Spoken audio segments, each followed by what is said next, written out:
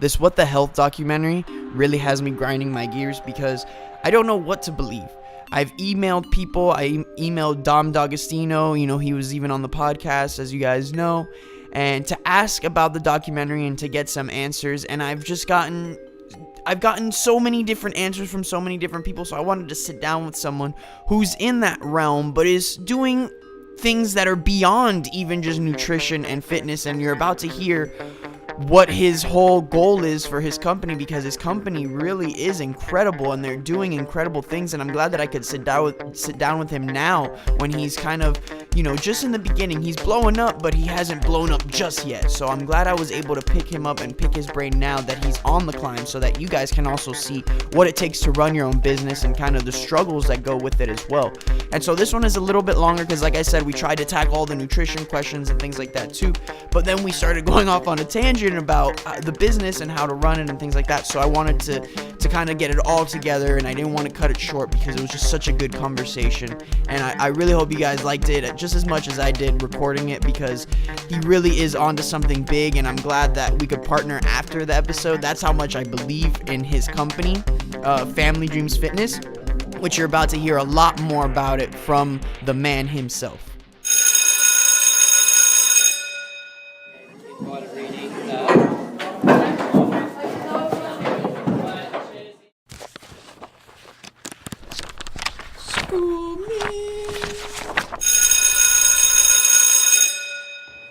I recently saw a documentary and it's really gotten me going, because I wanted to know if the pure plant-based diet is so beneficial as their claims are to be. Because I saw the documentary What the Health on Netflix. I don't know how many people have seen it. But that's why I want to bring in my next guest, because I really want to talk about nutrition, and not only just nutrition, but even though he's young, he's been through so much that is very inspirational to anybody who's going through any everyday struggle, because you can so easily relate to his struggle. And so with that, I want to bring on my next guest, please, Mr. Kasey Render. What's up, man? Who represents Family Dream Fitness. And of course, we're going to talk a lot about that, but if you could just introduce yourself, please. Yeah, my name is Kasey Render. I'm a exercise physiologist. I graduated from the University of Central Florida. That's where I met Nico. Go Knights! Woo! I went to Coral Reef Senior High School. I was in the IB program.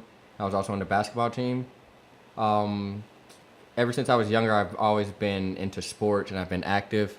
I was in PE all my life. We used to do field day, sports day. I played basketball. I tried football a little bit, but it wasn't one of my sports. But I've always been active. And when I was in high school, I was on the basketball team, and a lot of people liked the way my body looked. I had big calf muscles and I was very muscular. So a lot of people always ask me, oh, what do you do when you work out? How do you work out? And I'm just saying, I'm just active. And my dad has muscles, so it's genetic. But then while I was playing basketball, I realized the basketball players were doing the same thing. And I was like, man, I can probably do this for a living. Mm-hmm. But that was one of those distant dreams or distant goals where I said it, but it wasn't something that I was actively pursuing. It just happened. Uh-huh. And then when it came time for college, when you have the first time dealing with what do I want to major, what do I want to do for a living, I looked for anything to do with sports. So then UCF had a sport and exercise science program. So I was like, oh, that sounds like fun. Decided to go the strength and conditioning route, because me and my cousin, our goal was if we didn't play college basketball or if we didn't make it to the NBA, we wanted to train somebody who could make it to the NBA or college basketball. So I was like, all right, I'll do sport and exercise science, major in strength and conditioning. So I took that route. At UCF, my first year, I interned with the strength and conditioning coaches for the basketball team and the football team, and also volleyball. And at that time, it was just new to college, a lot of experiences, and I was like, I'd rather focus on living the college life. So then I stopped after one semester. And I lived the college life, didn't really focus on school or anything, just passed the classes and went to school. Then my junior year, the summer after my junior year, I went back to the internship because I was like, all right, I need to start focusing. So that's when I was a strength and conditioning coach again, but I had more of a prominent role and I was able to lead the basketball team. I was able to look at the strength and conditioning coach, Ben O'Donnell, learn from him, and he allowed me to make up my own workouts for the college basketball team at UCF. So that was where I realized I have the influence to lead athletes that are in a position that I was never capable of getting to, where they were playing Division I basketball, but they were listening to me. So I was like, oh, wow, I have some type of power now. So I was like, I want to make, before college, me and my cousin were like, all right, we'll do Family Dreams Athletics. That was the plan. So I was in college learning strength and conditioning so that when I come back to Miami, I'll have all the knowledge to have Family Dreams Athletics. And towards the end of my internship, I realized the athletes, it wasn't my route. And once I had to do the actual workouts that they had to do, I realized, wow, this is a level that I don't really want to be a part of. So I decided to make Family Dreams Athletics, Family Dreams Fitness, and I would be able to work with way more people. You told me that you had to do 300-yard laps of pushing 145 sleds, yep. right? And you said that by the middle of it, people were taking breaks, and then they had to just kind of like push through it. And I can't even imagine that. I couldn't even push 10 pounds. Yeah. So I can't even think 145 pounds for it was a lot. 600 yards, because up and back. Yep. Up and back is up 100, back 100, and you had to do it continuous until you got to the 3 laps. So how come you went kind of like I mean, obviously since you've been around it your whole life, but why did you usually people who are in athletics, they wanted that big look. They want to get strong. They want to look muscular. It's kind of rare to hear someone say that, because you say that you like 150 pounds. Like, you know your weight, you know how your body moves, how it functions. But most people, when they're into fitness, they want to be big and strong. Why do you think you gravitated more towards just kind of like the lean route? Because at the end of the day, like, your looks are going to fade away and your muscular strength. You can't keep up the same weights that you're lifting when you're younger. You're not going to be able to hold that for the rest of your life. Just scientifically, you won't be able to, because your body decreases, your muscle mass, all of that decreases as you age. You can still be strong and you can still look good, but that actual strength and that testosterone boost that you get just because you feel great, you can get that by just being healthy. Instead of gaining those 20 pounds, it's better to live every day feeling like you don't have to stress about your body giving out. You don't have any knee pains. You don't have any back pains. That's something that people take for granted because it doesn't happen until you're a lot older. But you can prevent that stuff if you live a certain way when you're younger. And the way to live when you're younger is not like a specific like way to live, but if you get into the habit of living this way when you're younger, you'll live that way for the rest of your life, and that's what keeps you pain-free, disease-free, and so on and so on. But when you're only focused on lifting heavy weights and the CrossFit of the world, you're not taking into account what foods you're eating, specifically as far as being a healthy weight. What food to drink plenty of water, not just because you're tired in the gym, but to drink plenty of water so that your blood moves more efficiently and your oxygen is getting up and down, like all of your nutrients are getting to where they need to get to efficiently. When you're focused on just lifting weights and being heavy, you're only thinking about the very shallow aspect of it, which is the physical looks. So you want to look better, but it's about what's inside. And if you don't get your mind to like train in that way, when you're 60 or 70, you're not going to know how to, but your body's going to be broken down.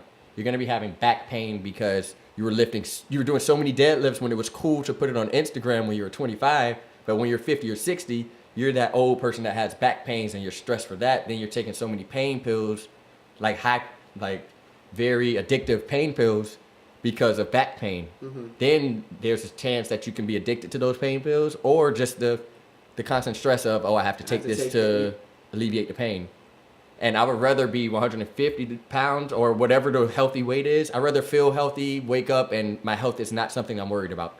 It's other things to worry about. Because even though you have big muscles, that doesn't necessarily mean you're healthy. Exactly. Just like if you're skinny doesn't necessarily mean you're healthy. Exactly. You have skinny fat people, and you have people who might be a little overweight, but who have excellent insides, and like they know how to handle their health properly. Exactly. Because I mean, health and fitness go hand in hand, obviously, but they're not like health is exclusive. You have health, and you need your fitness to kind of provide that health. And then the thing with Family Dreams Fitness, when it was supposed to be Family Dreams Athletics, then I changed it to Family Dreams Fitness as the way to bring in that, because the fitness industry right now is a huge wave and it's almost like a fad, which I hope it's not a fad, but right now it's in that beginning stage where it can be seeming like a fad. Well, it's good. Yeah, like it's popular to be healthy. Exactly, now. but That's I a hope good it thing. doesn't become something that yeah. fades away. I want it to be a way of life, and fitness was my way of making the name of the business cater to that fad or that hot thing.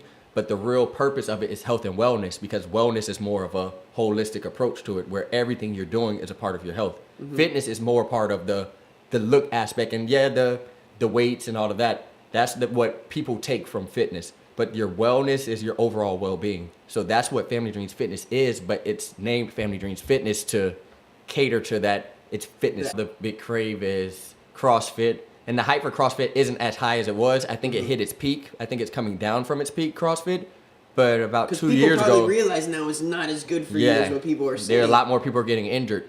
But in its beginning phase, CrossFit was the thing. They had CrossFit games on ESPN that were televised like crazy. Now that's not the main... Who would watch that, first of all? There's What person watches that? The first time I watched it was at UCF and the strength and conditioning. My junior year, this summer, the strength and conditioning, the basketball coach, the boys' strength and conditioning coach, his dad was in the CrossFit games for the 55-year-old, I think, division. So we were watching his dad, and he was just lifting, doing power I guess cleans. for you guys it makes sense because you're learning how to, the heavy lifting and all that. I can understand like the that. Olympic lifting, but that's what also deterred me from being a strength and conditioning coach, because I didn't want to only teach that style of lifting. I wanted to explore other ways of living. So with FDF, whenever you have a client, you also go nutrition with them too. So you tell them you give them a diet, you tell them what to eat. As far as a specific diet, I can't technically tell them, because I'm a ACSM certified exercise physiologist. So what that gives me the power to do is implement like exercise programs or exercise prescriptions for the healthy population or those with metabolically controlled diseases like diabetes, hypertension. So if their doctor gives them a prescription for diabetes medicine, that's a metabolically controlled disease. So that means that disease can be managed with medicine. And with diabetes, if you exercise more and do the right exercises, right cardio, you can reduce the amount of medicine that you're taking, or you can completely eliminate the medicine because it's reversible. See, so that's what I wanted to talk about too in this documentary with this plant-based diet. They say that these people would take like diabetes medication and they would have to take a plethora of them just to get through the day. And then after, I think it was like 3 weeks on a plant-based diet, they were off the medication completely, and even some of the effects that were so severe had gone back a little bit. And so I was curious on like how true could that actually be? Like, I mean, obviously you need to also incorporate some exercise, but she wasn't like a young woman, you know, she was in her mid to late 60s. I don't know how real is that, and that's why this whole documentary has me so shaken. What is wrong with me? But I was wondering, so with the whole, you know, with the diet involved, how does the fitness also help with reducing, you know, your diabetes, or how does it help the effects of diabetes? The most part, nutrition plays a way higher percentage on your health than exercise. If I don't have a specific percentage, but if I were to guess, it would be like 70 or 80% is due to nutrition, and then the rest is exercise and rest and all of those types of factors. But exercise itself helps you build muscle, and a lot of the heart disease, diabetes, that comes from excess fat and too much sugar or too much salt. And exercise helps speed up your metabolism, which helps you break down food faster, so you're burning calories faster the faster your metabolism is. And exercise increases your metabolism. Drinking more water increases your metabolism. Things like that help. And exercise also helps you for bone health. So when you're getting stronger, your bones are able to last more. And if you're not exercising, or if you just sit down all the time, sedentary lifestyle, that's a huge reason for diseases as well. But when you exercise, it makes your bones stronger. So when you slip and fall, you're not going to break your hip or break your wrist as quickly as if you didn't do anything. Because with age, your bones start to get weaker and weaker. Osteoporosis, there's different bone diseases that happen if you're not active. So being healthy isn't just about the losing the weight. There's so many other things that break down if you're not healthy. My goodness, wow. Yeah. And not to mention, you need to keep a discipline with that as well. You need to understand that you're not just doing this for 1 or 2 days. You want to make this a lifestyle change. Yeah. My next question is so I tore my ACL, and it's been a year now, a little over a year in recovery. And with PT, I always, I liked going to physical therapy and doing it and things like that. But once I stopped going to physical therapy and I had to start working out on my own, it was hard for me to do it because I had the injury. And so I'm curious, when you get clients who have major injuries, how do you get them to battle their own psychology, their own demons, their own like, oh my God, could I get hurt again? How do you help them battle that? That's helped because I was before I became an exercise physiologist, I interned as a physical therapy technician in Orlando at Proform PT for 2 years, and there every day I was learning and seeing patients who were there for injuries. So my purpose in going there was, before I was a personal trainer, I wanted to know why people got injured, how they got injured, and if they did get injured, how can I help them get stronger from that, and how can I prevent that in the future, so that when I would become a personal trainer, when things like that would happen, if I have a client who says they had this pain or this previous injury, I know the rehab. So I will continue the rehab that you did in physical therapy.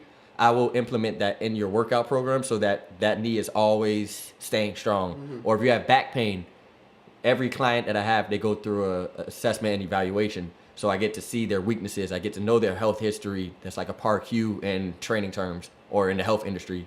The PAR-Q is where you have to do in the assessments, where you learn people's history. Did your parents die did you have anybody die in your family from a heart attack at a young age? Things like that, so we can see if they're predisposed to certain things or if a certain exercise can affect them.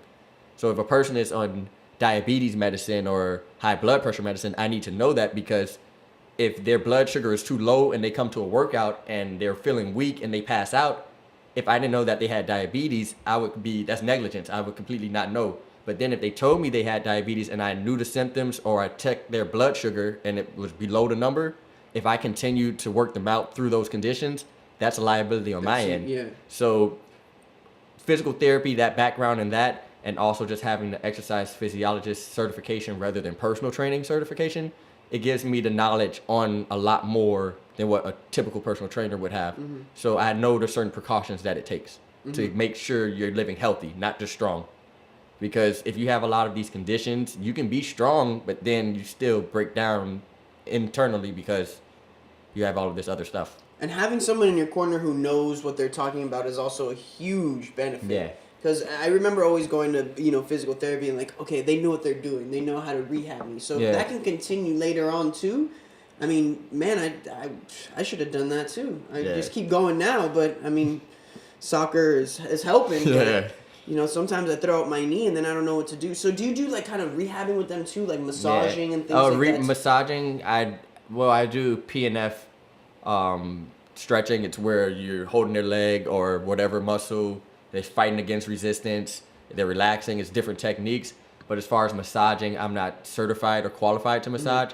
But I would like to hire someone who does know, like a massage therapist or chiropractor, onto the Family Dreams Fitness umbrella. So that's also another reason why fitness is good too, right? Because it keeps the umbrella wide. Yes. It keeps it so that you could have, if you wanted, like you were saying, a massage therapist or a yoga instructor. Yeah. I know you're also thinking about something like that too.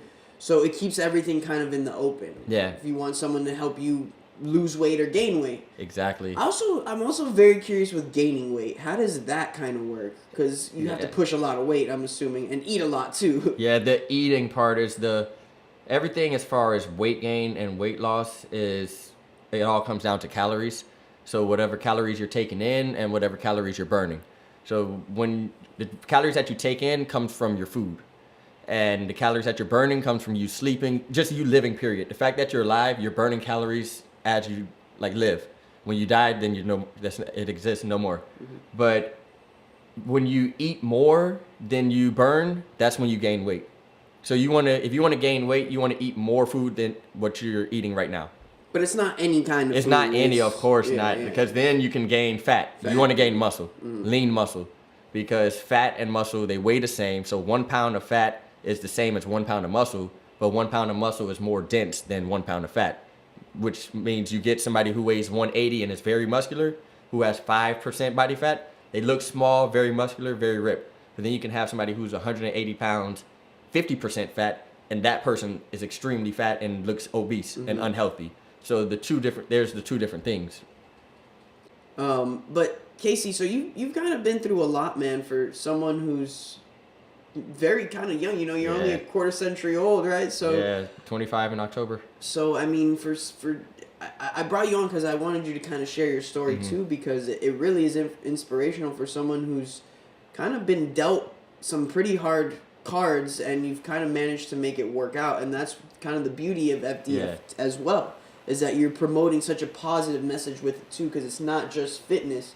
You also have a late clean, for example, and you had a yoga event, and this past weekend, you know, you fed the homeless, and you fed over 200 people, you know, and that's incredible. That's incredible. So how did you kind of get into that whole mindset of giving back to kind of, you know, how did this story begin? As far as giving back, well, my mom and dad, they were very nice, very modest people, calm. You don't bother them, they don't bother you, funny, and they're just genuinely good people. And my mom is also, she raised me, I'm her only son, and she was very overprotective. So she made sure everything was done right. I was very active because she's also a nurse. So I was always outside. She would read to me all the time. Every time before I would go to sleep, even if I wasn't paying attention to my mom, if I was running around, she was still reading. So she would make me read. She would read to me. I was limited on the internet. I can only go on the internet for about 30 minutes. I watched TV no more than 1 hour, and that was after I did my homework. That was after I read, and that was after I played outside. That was the last resort. And she was just very nice. She would donate to Goodwill all of the time. My grandma is very helpful. Anytime anybody in the family needed anything, she would always help. And on my dad's side, my grandma was the same way. She volunteered at a school to teach children, and she was very religious. So I've always had a genuinely good family that pretty much instilled in me just be a good person. And I'm also like one of the role models in the family where a lot of the younger cousins, they look up to me. So with that in mind, I realized I can't be that stereotype that I can easily fall down. Like as an African American, you could either, and I went down the route, I was the athlete. Oh, he's great in basketball, or he's good in basketball. He's the one, They look at it as the typical stereotype. Black kid doing well in basketball, of course the family's gonna support that. Of course, that's the route you're supposed to go. And I wanted to play college basketball, 1, for myself, and 2, so I could be on TV and my family could see me. But then I realized that passion wasn't there anymore. And when I came to that point of, I don't want to do this anymore, I was like, all right, I still need to be a positive role model for my cousins. I still need to be that light for my family doing good things. So I was like, all right, whatever I do, I'm going to attach good charity and good deeds to my business. And my first business happened, because I have ideas for more, but my first thing that I'm going with my whole life is Family Dreams Fitness. So just because Family Dreams Fitness, I want it to do well monetarily, as far as, okay, I want a whole bunch of clients, I want the business to be great, make a ton of money. I have to make sure that the community and giving back is number one, because I didn't get here by myself. Like, nobody gets to where they're at by themselves. I don't care how great a person is. They weren't great by themselves. They were taught to be great. They were led to be great. Like, everybody has to follow somebody at one point. So it's either you're going to follow the followers or you're going to follow the leader. If you follow the leader, eventually you'll lead the way once they give you that to pass the torch. So I've always followed very genuinely good people. So my mom was a role model. My dad was a role model. Take care of his kids. He's there. My mom is always looking out for everybody that's needing. My grandparents were the same way. So I've always had that just naturally in me. So, and then for my freshman and sophomore year in college, during the summer, my first job ever was with my brother's mom. Me and my brother have different moms, but his mom worked for a nonprofit in Florida City, which is south of Miami, but it's still in Florida, but it's the south of Florida. For most people who aren't in Miami, they don't know. And the nonprofit was called South Dade Weed and Seed. It was for impoverished children who didn't know how to read or write or do math, and their families were poor. These were kids who were literally from illegal immigrants. There were kids who didn't have a home. They were living in cars with their parents. They were living in homeless shelters. They were living in Section 8. The worst of the worst, there was kids that would come to the camp and they haven't bathed in 3 days. They were wearing the same clothes for 4 days. They have stains. So that type of life for an adult is hard. But can you imagine a kid? So I was a camp counselor. I was a servant leader intern for that camp for 2 summers. And we had to go to Tennessee for conference and for them to teach us how the camp worked. It was a part of Freedom Schools, which is associated with the Children's Defense Fund as well as Miriam Edelman Wright. And she used to work with Martin Luther King on his movements during the Civil Rights Movement. So she was continuing the initiative of giving great education to minorities. And Freedom Schools was what her prized possession. That's what her creation led to. Well, Ella Baker, but she was a part of it. So that was the camp that I was influenced with. So a lot of different camps from around the country would meet up in Tennessee during the summer for the 1-week conference and how they teach you orientation. Mm-hmm. And from there, I learned just the science and the psychology behind the education system, that there's a lot of politics involved. There's a lot of money. It's a lot of stuff is greed when it comes to not only just the world, but it's in education as well. And there we learned how to teach children. And we did it pretty much based like a Socratic seminar where, I always say that, Socratic circle, where everybody sits in a circle and they're all level, because science shows that when you're standing above somebody, the people that you're above, they feel inferior to you just because of that relation to you as far as they're sitting down, you're standing up above them. But when you sit with them, it makes them feel more included. Yeah, it's like they feel together, they feel more included. And you never just, they advised us not to demand for them or tell them what an answer was. Everything was pretty much led from a question. So it was like, how do you feel? Oh, we just read this book. What do you think the main purpose is? Who do you think this is talking about? Or why do you think this is going on? Because it forces them to think. Mm-hmm. I think what's happening now is we're losing critical thinking. Like, critical thinking isn't a component in society. And my thing is, I want to help people. I want people to think. As long as more people keep thinking, you know, we can keep going with ideas and spreading ideas and making positive change. Yeah. Obviously, you have bad thinkers and bad thinking, but you try and weed those out. And that's what good thinking should evolve into, is like evolving and getting that bad thinking out. And that's incredible that you say that, because when I spoke with Dr. Lynn Yeabaron, and she was talking about the same thing, that's what school is meant to unlock. It's your critical thinking. Like, that's why they give you all that monotonous homework and the dumb quote-unquote homework, because you're trying to just learn how to unlock your critical thinking. Obviously, they could give you better homework and better examples of what you're learning, but that's a different subject altogether. And like you said, a lot of it does have to do with the whole greed and the money situation. So did these kids obviously they wanted to be there and they're trying to learn. They're trying to be as better, the better person that they can. Yeah. But coming from these hard homes, it's something that weighs, like you said, it hurts an adult. Imagine a child, And so how was it that you were able to relate with the children so that they would actually learn and respond to someone like you? Because with any type of child, with any person, they just want to be understood and heard. So most times, you just let them do the talking, you just let them have fun, and you have to try to understand that before they came to you, they were somewhere else.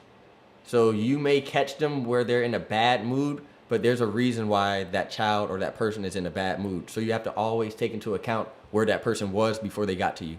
Because if they get to you and they're in the kid is acting up, in typical society or classroom, if somebody's acting up, you punish them. You punish them, and that's it. And, you didn't learn your lesson, you just keep punishing them. Instead, it's like, okay, you discipline them. You don't just punish them, you discipline them, but then you figure out why they're doing this and then try to correct what's causing them to constantly do this. They're doing that because it's a cry for help, right? Exactly, it's a cry for help because they're doing that because they're either not getting that attention at home, or the attention that they're getting at home is so negative. So they're acting out because they want somebody to nurture them. Most people need to be nurtured. I don't care how young or old you are. You need somebody there so when you're at your highest high, when you come back down, you need somebody to let you know that it's going to be okay. But if there's nobody there letting you know that it's okay, or if you're already down and somebody's blaming you for being down, then it's like, all right, I'm hopeless. There's nothing left nobody's there for me. And then the thing that's why I put the community and helping people before my business, as far as I pushed community, because you can't have a healthy world or a healthy body if mentally you're all messed up. If nobody's there to care for you, if there's all these homeless people in the streets, you can't have a great America if you have all of these poor people. You can't have a healthy America if part of you is healthy, but then the rest of you is not. Like, I think of it as a whole. So just because I also want myself, my family to be healthy, but I want everybody else to be healthy. It's a worldwide mission the whole thing is we want to make a healthier and more positive world. It's not just you, me, the whole world. And it starts with poverty. It starts with the communities. You can't be healthy if you don't have the energy to survive. And the start with that is, I think people just need to be more empathetic. Yeah. They need to just put themselves in other people's shoes and be like, man, if that guy wanted to wake up this morning and live on the street, I don't think so. Yeah, exactly. He didn't want to have to go around the street asking for money to then maybe get a meal. A lot of people fall into the whole thing of some people do drugs and that's why they become homeless. Obviously, yes, there is a percentage of people that are like that. Yeah. But the majority of people who are homeless happen to just fall on bad times and they don't have the support, like you were saying. So where does FDF kind of find its support? FDF right now in its stages, it's a lot of friend-based support and family support as well, but I'm not sure if my family truly understands everything that's happening right now, where a lot, like Family Dreams Fitness is more than what they're seeing right now. Right now, my family's perspective is seeing it as, yes, there's a quote-unquote successful young African-American. He's doing everything the right way. And that's great that they see it, but they don't see how much more it could be if they are involved or if they believe even more, because it's bigger than just our family. It's like you world. Said, you want the world. I want the world. So right now the support is coming from social media. Friends are starting to know about it on Snapchat. I get a lot of comments here and there on, oh, I like what you're doing, supporting people buying the shirts from the websites. Then when I do the YouTube series, I'm getting a little bit more feedback on that. So the support is there. Monetarily is not there yet, but that's what time, I see. Man. Yeah, I see it's builds. building. Yeah, it builds with time. I see it building. Yep. And so what do you tell the haters? What do you tell the people that are telling you, like, why do you keep doing this? Yeah. It's going nowhere. Why keep doing this? Who are you to change the world? Yeah, I just keep doing it and just do it better. So it's like, okay, for one, actually the first thing I do is I drop you out of my life. Any negative energy that's not contributing to the greater cause, there's no need for you to be in my life. And that's not a knock or shade to anybody that's not in my life. It just happens to be that, hey, everybody's not meant to be around everybody. Where you can live your life, I support you to the fullest, but you don't have to be involved in mine, and we can go our separate ways. But it starts there. Then, in order to counter that, I just redirect that energy into motivating me even more, so I go even harder. So instead of my first time I fed the homeless, I fed 28 people out of my own $40. And I was like, okay, then more trials and tribulations happens in life, and instead of going the negative route, I use that energy towards, all right, let me go even stronger into what my cause is. So then I did a GoFundMe, and my goal was to feed over 200 people. So I was like, I did the math from my $40 that I spent, and I knew, okay, I can buy a lot more because it's exponential. I can buy in bulk. And I said, okay, let me do the GoFundMe for $250 and get other people to donate onto what I'm doing, and it will make it that much bigger. And within the 2.5 weeks that I had it up, I got $230 out of the $250, but I was still able to feed over 200 people. That's incredible. Yeah, and it was an amazing experience. That's amazing. Yeah, that's amazing. And to get it all too. I mean, but then again, I'm just devil's advocate here. Yeah. People again, because I want you to keep answering about what you keep telling the haters, because it's important that they see how important what you're doing is to the community. Exactly. You're doing something. But what they would say is, then why record it? Why don't just do it out of the kindness of your heart? Why do you got to show it? And then with that, it's, if you look at social media, everything in life right now, or in general, especially now in today's world with social media and just the way the world is moving with technology, everything is posted. So it's either you post the good, or you're going to have to suffer from all the negative that's out there. Because on social media, you can literally see somebody dying on Facebook Live or Instagram Live. So in order to try to drown out that negative space, you have to put more positive out in the world so that people can focus more energy on the positive. Exactly. Because if there's only negative out there, okay, you can complain about somebody posting something, but you're not realizing that it's positive. So why would you try to negate anything that's positive when there's so much negative? And then again, why do you have to be negative on the positive that's being Exactly. posted? Like, why do you have to even say, It's like you why might as are you well comment on the negative. You know, exactly. Like, why are they posting something that's negative? It's because they wanted to, and they want, like you said, they're throwing energies out into the world. And so I agree. If you keep throwing out positive energies and you show people that, hey, you know, for $230, you could feed over 200 people. Yeah, it's the same thing that they do. Someone could do the same concept, but this time with $1,000. Exactly. You know what I'm saying? You and feed more and more people. Exactly. And even though it might not have been you who did that, you're the one who sparked it. Mm-hmm. And that's what FDF is trying to do. They're trying to be the spark that gets people into talking about health. Yeah. Health is... And taking care of people. Health, that's a huge part of being healthy. Like, healthy is also your environment. Yeah, if your environment, because most people are products of their environment. And this comes back from my experience working with South Day Weed and Seed. Those kids that I was working with, those kids eventually turn into teenagers, and then they end up doing the same stuff. Then they eventually turn into adults. Then they end up getting in trouble with the law. Then they end up in jail. Then when they end up in jail, they're treated like crap. Then they're treated as pretty much institutional like slavery because you're working for pennies on the dollar for these corporations in jail. Then when you do your time and you serve your time and your punishment, then you get out of jail, but nobody wants to hire you because you went to jail because you made mistakes, and they don't acknowledge the fact that you may have learned from your mistakes. Right, you're not rehabilitated, you know. And so then you do whatever you can do to get money. You end up getting back in trouble, and you're staying in it. That starts from a little kid who's growing up in a area where there's extreme poverty. Bad environment. They're in a spot where their parents can afford to feed them. They're in a spot where most of the time it's a single mom. Their dad's in jail, their dad's dead. They don't even know their dad. A lot of the times they're working in the farms before school. So when they get to school, they can't worry about learning because they're tired because they've been working. I've had little kids in my class that were 6 and 7 years old that literally work the farms because they're illegal immigrants. So I don't expect them to be smart on society standards because how would they have the energy to learn if they don't have the food, they don't have the money to get the books to help them get the extra curriculum? Because school right now, what they teach you in school by itself is not enough to make you a great citizen. Mm-hmm. They're making you great robots, but they're not making you a great citizen. So a lot of people are products of their environment, and it starts from when they were younger. And I saw that firsthand, and it's like, wow, we're not going anywhere positive soon if this is acceptable.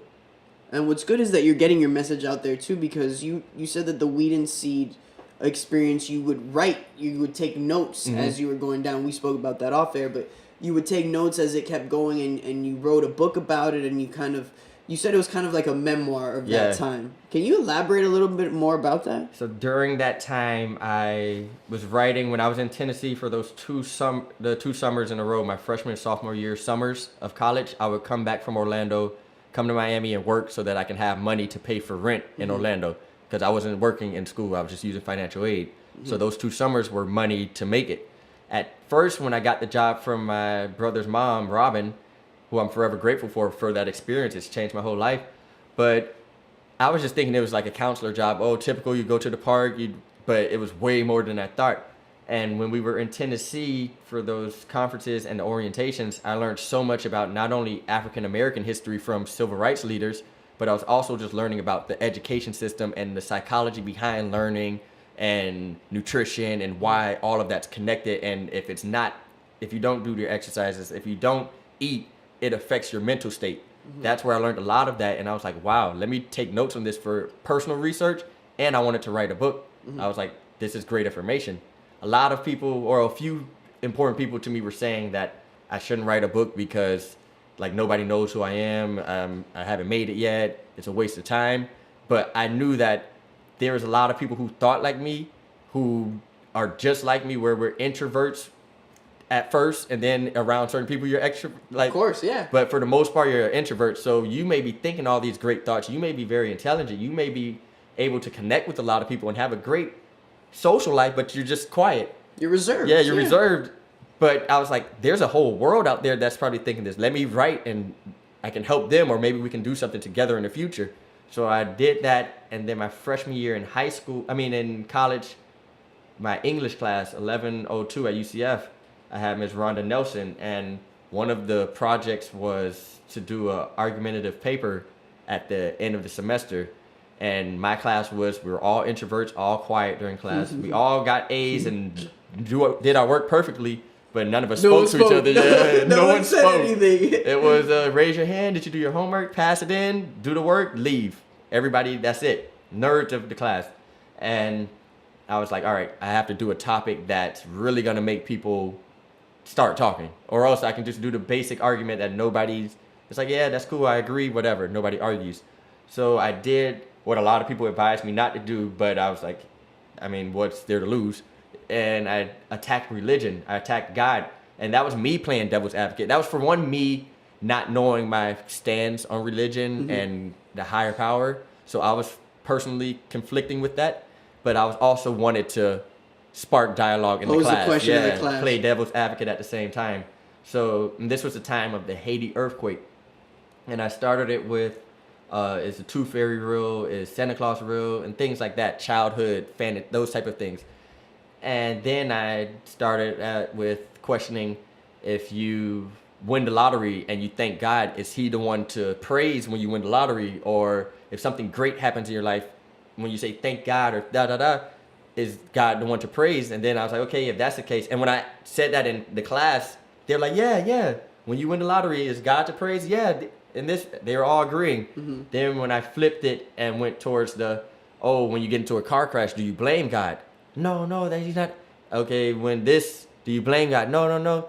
And is God to blame for the earthquakes that happened in Haiti? Because that was completely devastating. And they're like, no. And then I was like, how can you give somebody the praise? But then if somebody's all seeing and has control over everything, how can you give them that praise and then not give them the blame? The blame as well, yeah. And when that happened, when I said that argument, that whole class was arguing with me, calling me names.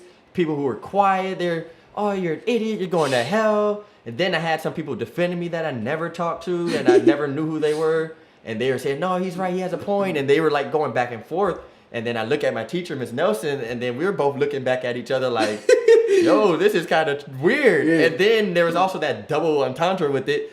It was mainly, I was like one of the only black kids in the class. My teacher happened to be from Barbados, so she was black. So we were looking like, gosh, all these white people, like, what's going on?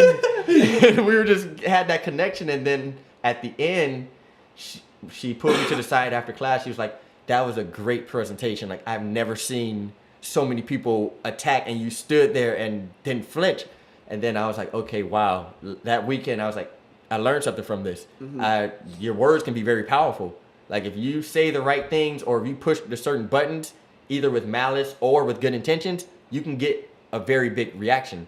So it's just a matter of what you use with your words and how you use it.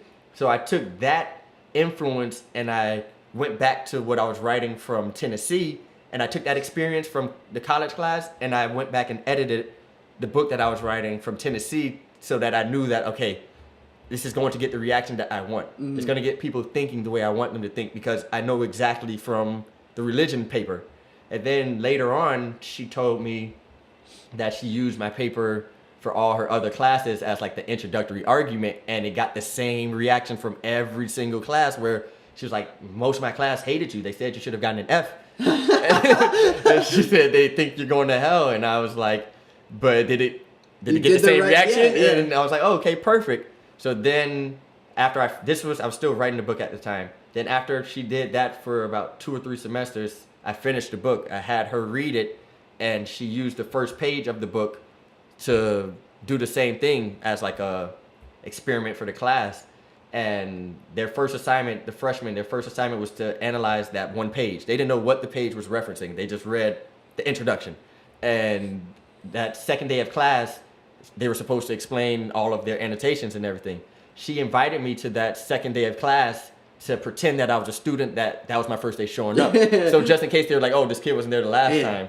But I was sitting in class just like a normal person. I would usually wear a hoodie because it's easy to kind of hide yourself with it. So I would just be in the back relaxing, or sometimes in the middle. The middle was the most trippiest time because once you reveal yourself in the middle, but in the back, and she's just asking them, so how'd you guys think about the first page? And they're like, oh yeah, it was great. Who do you think the author is? You think it's a male or a female? I think it's a girl because they wrote diary in it. Because on the first page, I put something about a diary. Well, referencing like a journal, but I used the word diary. And they're like, they use diary. Guys don't use diary. And I was like, oh, okay. So meanwhile, I'm sitting next to the kids saying it. I'm like, oh, okay. And then they're like, oh, there's a lot of arguments within that first thing because it's referencing everything from what I learned in Tennessee about the education system, about the poor people, about minorities and how they're set up to fail. A lot of that was referenced within that first page. So they're like, oh, I don't know if I agree, but there was a lot of dialogue. Then she asked them, if you guys found out if this was a book, would you want to read the rest of the book? Was this a good enough first page to get you to read? And they're like, yeah, blah, blah, blah. So I'm taking notes like, okay, this many people think it's a guy, this. And then she said, if you can meet the author, would you want to? And they're like, yeah, sure. And she's like, all right, Kasey, come to the front. And I would just stand up and walk to the front, and they're all looking at me like, damn, like he was like really right here. And then a lot of them were trying to like, you can tell the ones who were saying things that were kind of like not negative in a bad way, but just criticism or whatever, constructive criticism, and you can see them like kind of backing up, like backtracking, like, oh yeah, I didn't mean it like that, and it's like, it's cool. This is all what I wanted you to do. It sparked dialogue.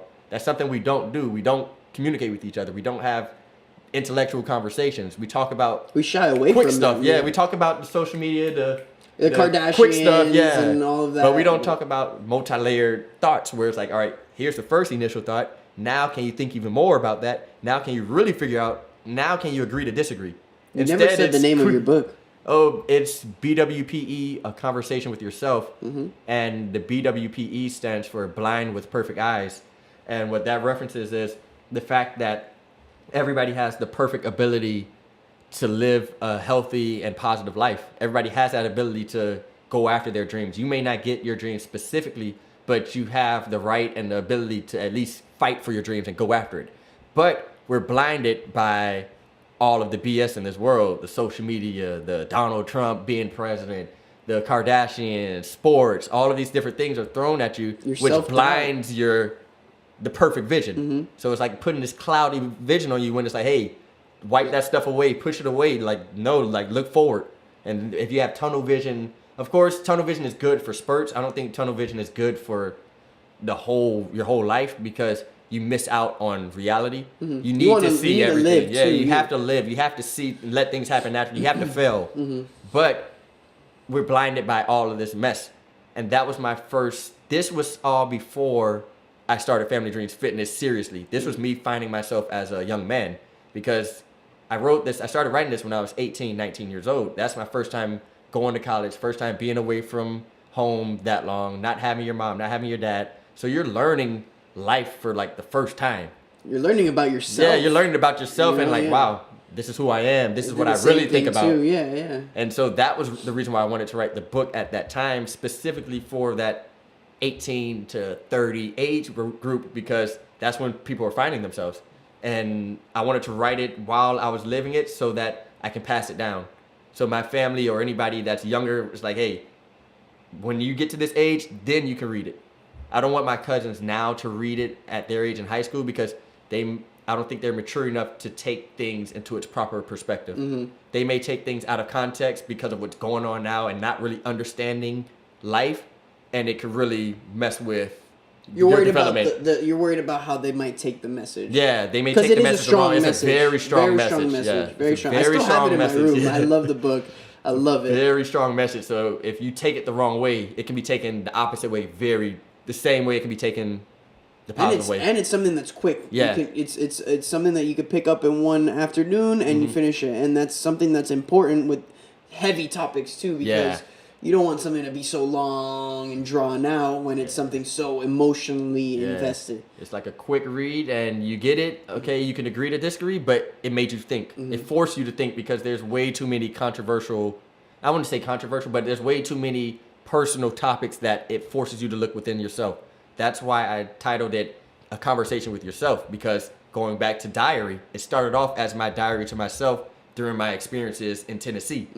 So during my experiences in Tennessee, I learned the information that I was writing about, and that was me learning about myself. That was me having a conversation with myself. While I'm asking those questions directed towards myself first, and I'm like, is this the way this is happening? Why is this happening? I'm questioning myself. Then I'll stop writing, I'll go learn it, then I'll come back and say, oh, no, this is what it is. Have you learned other things now that you might look back on into the book and say, maybe it might have been a little different, or maybe this is a little different? Because I know you mentioned about Queen. Yeah. And you talk about Queen, for example, and I don't know if you want to really get into that, but you talk about how you have one woman who's your queen, and you treat her how you always are gonna have her as your queen. Yeah. And I wonder if that's something that you still hold today, or if, has that changed, or how do you feel about that? That perspective I still Excuse me. keep, as far as in that specific part in the book. I think it's in Respect the Woman chapter. And it's I still hold that standard where the woman is queen, woman is God. And when you find that person that is that queen, you cherish it like there's no tomorrow, because at the end of the day, we came from a woman, and your mom is the one that nurtured you.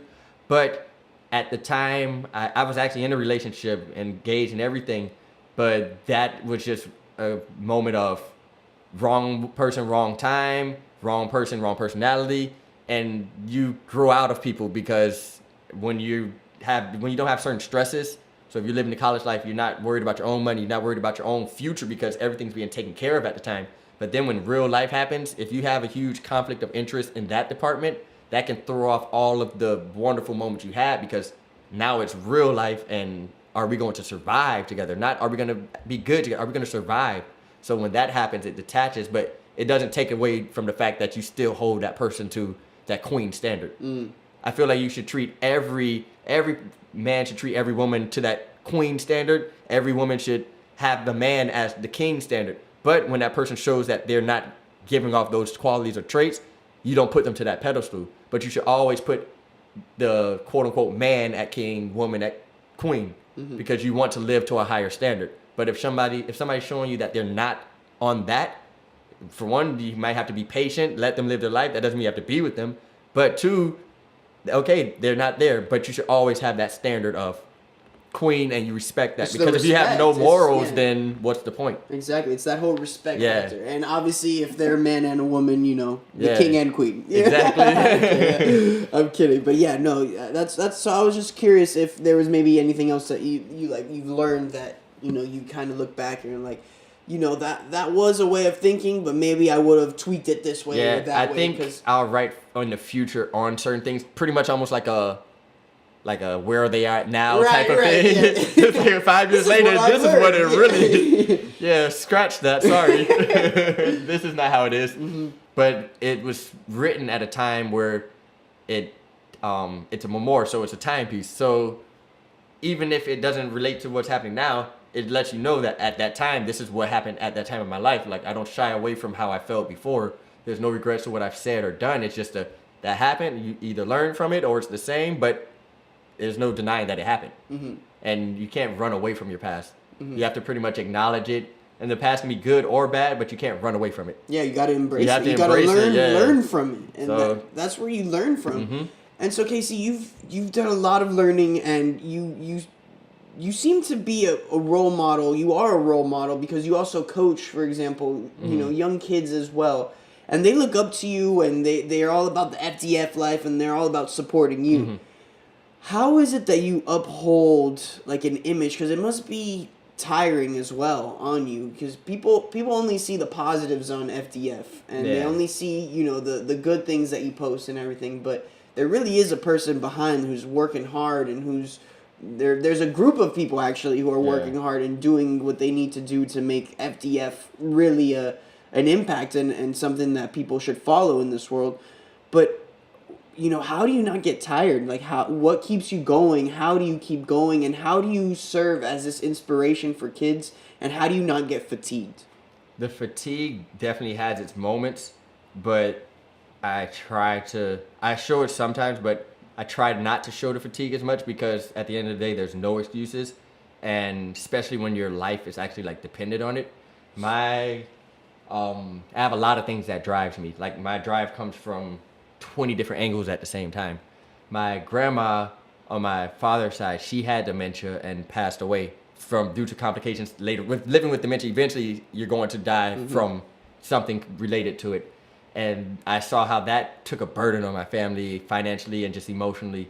And then just also having that 9 to 5 standard way of life. When a lot of things happen to you outside of that workforce and then that happens, work is already stressful and you're already tired and don't want to do that. Then on my mom's side, my grandma, she has dementia. She's living now, but her dementia is getting worse. And that's taking a toll on the whole family and my mom as well, because that's my mom's mom. So I see that type of struggle and it's like, wow, everything can fall apart in an instant. I don't want that for my family now, and I definitely don't want that for my kids in the future when I have, or if I'm blessed to have. And then now my mom, her health is deteriorating because just so much stress is happening, and it's like, okay, that was my cushion. And my dad's involved as well. They're separated, but they're both involved. And she was my cushion, and when she's struggling and like it's getting worse and worse every day, I don't have time to rest. Because if she's struggling, my dad is working crazy overtime hours every week. I have no right, I have a lot of audacity to sleep and rest and think that, oh man, there's no time for that, because it's a moment of life and death and surviving. It's either you can help and then keep your house, do that type, it's almost on that level of pressure.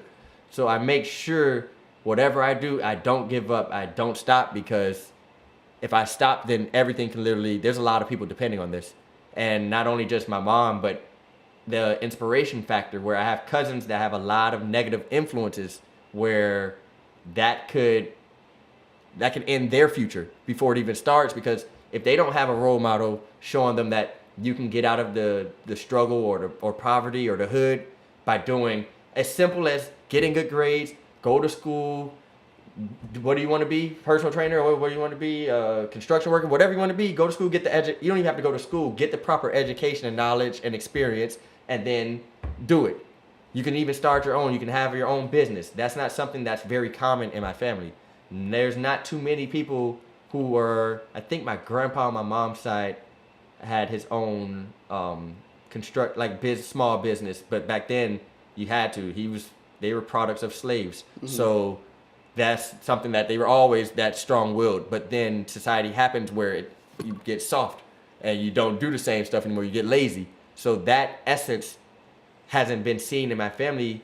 Probably I'm trying to live off of that essence, and it's not in my family. So I'm trying to bring back that hard work ethic, that consistent trying to provide for your family, because that's what families would do back in the day. There's still families that do it now, but that used to be a staple in the black community. That used to be a staple in just life in general in America, where you work hard, you live the American dream.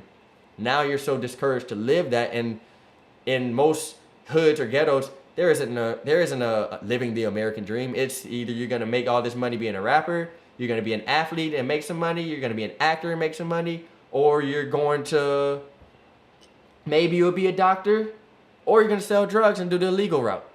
And that's what most do. And you're just trying to survive because you're a product of your environment for the most part. But I want to be on a level where I can show my family and my cousins that are at very high risk with the company that they're hanging out with, and just the way where they live as far as gun violence and violence in general, then their friends are not the biggest influence. I'm at a point where if this is really going and I push and focus, I don't care if I don't get any sleep. I don't care if I look crazy overdoing something, or I don't care if doesn't seem to be working right now, or there's no money. There's no money anyway, so I might as well try going for the top. So I don't care if it's like, oh, there's no money, but I'm trying, because if this does happen to work, that helps a whole family change their way, because the whole family sees, oh, wow. Not only can they see it, but then I can be in position or help them be in position to give themselves security to at least go after your dream. A lot of families that are wealthy, their kids have this one advantage, and it's like it would be naive for someone to not even see that advantage or acknowledge it. But if you're wealthy, your kids have the advantage of being able to fail without that real life or death pressure. Mm-hmm. You can spend money on their dreams. Oh, it doesn't work out? Okay, you try something else. Here's the money. You don't have that same luxury where, no, there is no money. You can't even try your dreams. You need to do this so we can get some money to survive. And I had that cushion of, I was blessed at the time, even now, because I was able to start it and get it going. Whereas like, I go after my dreams. I don't have to work during college. My mom helps, my dad helps. I have financial aid. When that stuff starts running out, then your mom's struggling, then money's not running, and then there's so much stuff happening in the family. Then this person drops out of high school, then these people, there's gun violence, then on this side, dementia on both sides, and your mom is possibly having that. There is no room for me to, let me just go hang out with my friends every weekend and let me go drink. Yeah, I do it every now and then where it's like special occasions, birthday parties, or certain things you go. But as far as the routine of living that young, quote unquote, what society tells you, you're in your 20s, you're supposed to be, I don't have that. That's not a luxury for me. Young that's, and free. Yeah, like, no. Yeah. It's, I need to spend these 20s so that in my 30s and 40s, my family doesn't have to go through this anymore. Like, I don't want it to be a temporary fix where, you got a good job and now you can kind of inch your way, but then what happens if you get fired? That's why I didn't want to work for somebody, not because I'm not capable of landing a good job that pays well and has good benefits, but I'm at their expense. So if they want to fire or go young, or for whatever reason they want to fire me or let me go, layoffs because their business isn't doing well, so the economy's down, I completely lose that job and I have no other skills to do something to create something. So I'm always creating even if I don't have money, because when something does start making money, because I always stay on it, I don't quit. Once it does, then that gives me more freedom to, okay, now I can hire family members or hire people who are, because with the whole homeless thing, it's a part of a plan that I want to do and I'm going to, is you start off feeding them consistently and it'll be once a month, then twice a month, then 3 times a month, and 4 times, like every week. It's capable of happening that way because it's not that expensive to feed people routinely. You do that, then they're healthy, they actually have the energy to go out and look for a job. You don't have the energy if you don't have the food. So you're not going to look for a job if you don't have the energy to get up from where you're sitting, because you're in the 95-degree heat with no food, barely any water. You're just not physically capable of getting up to go get the job. It's not because you don't want to. And you may not even have the energy to try to get it or the urge to do it because you just don't have the food to fuel you to do it. So we start off by feeding them, making sure, okay, they're eating consistently. Then you start giving them clothes. You're presenting yourself a little bit better. You have newer clothes. You have stuff that fits you. And a lot of times they're wearing clothes that are too small, ripped, too big. You're not looking presentable. Then you start partnering with people who can cut their hair or groom them, clip your nails, something like that, give you mouthwash, give you water, that type of stuff, lotion. They start looking better. They start feeling more confident. They have the energy. Now you start hiring those who can help them build skills. What did you do? Why did you start learning about them? You have psychologists, all of that. You learn about them. Do they have any mental illnesses? Things like that. And then you give them, okay, do you know how to write a resume? What did you do in your past? You work? Oh, you got fired, but you have these skills. Okay, we can find something for you to do. Then you start helping them that way. Then you have to create, and that's something that's out of my power, but I would love to be a part of the conversation. Even if I'm not a part of the actual partnering or doing it, if I can have a conversation with enough people to actually make it happen, you have to build more homeless shelters. You can't just build all these wealthy buildings, and that's why Wynwood, I have my ups and downs about Wynwood, because the Wynwood area is Overtown. It's Overtown, so that's the ghetto. Before Wynwood, it was just Overtown. That's the hood. That's predominantly black. That's seen as a bad area. Yet they turn it into part of it. They turn it into like this great art scene, which is all positive. But on the same time, you have the art scene literally on the left, on one side of the road. Then on the other side, you don't have any art on that wall, and you have all these homeless people laying crazy, and they're starving, they're desperate, but they're looking at all these tourists right in front of them as if that's an art display, because you're seeing all this art, you're seeing all these tourists, but on this side, you're poor, nobody's looking your way. It's like, no, you need to put some homeless shelters there. Maybe you can prep them up to even work right across the street. That's their neighborhood. It's just somebody was wealthier and bought out sections of it and turned it into a money machine. A profit, yeah. But it's like you have these people here who actually, they've probably been living here forever, and you don't try to help them out. And Family Dreams Fitness, my whole thing is I look at it as myself. I put myself in that homeless person's shoe. I want Family Dreams Fitness to be able to help someone at their ultimate worst. I don't want it to be only for those who, I'm healthy, I'm good. People take health for granted. Oh, I'm overweight. yes, but imagine not having a house. Imagine not having any type of food. Imagine not having water. Imagine have to beg every day, and maybe you make 50 or 60 cents or a dollar. So yes, you're unhealthy, and yes, you will be taken care of, but I definitely can't forget about those who are at the bottom who don't have the money to go to a gym. They don't have the money to buy a personal trainer. So I'm not going to neglect them just because they can't give me any quote unquote money. You don't even have to give me anything. I want to help you so that you can raise yourself up, because then that makes everybody happier. And that's like the main purpose for Family Dreams Fitness. Like, that's the big thing, that we're touching every basis. We're not just touching that mainstream fad right now. It's the healthy on the working out. No, we want it to be everything.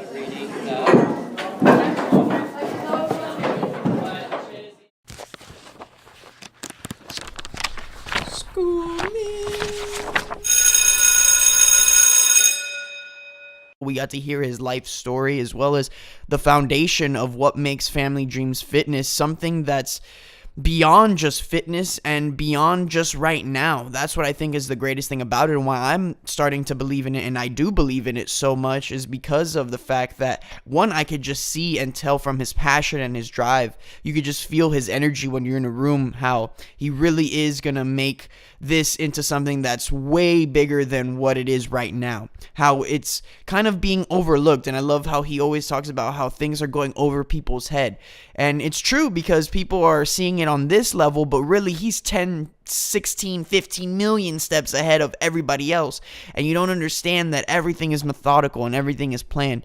And again, I'm just glad that we got to get a glimpse of a young entrepreneur who's on his way to success. And speaking of young entrepreneurs, I think that that's something that I need to start tackling as well, and I'm going to start doing that more.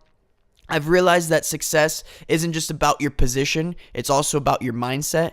And we have so many successful people just all around us, and I'd love to just give them the opportunity to talk about their craft and everything, because of course that is what School Me is all about. Not only to just learn about success, but to learn about different people and how everybody has a story. And if you're willing to just sit down and listen, you're going to get something out of it. And people really do want you to succeed as well, as long as you're willing to listen, which is what I'm always trying to do, and why I always bring all these people on. So I'm glad that Kasey was able to sit down and really open up about his business and about himself, more importantly, because once you realize that he's just like you and me, anybody can do it, and anybody can do it. And that's what Kasey's whole goal is with FDF. And so I'm just so honored to be partnered with FDF.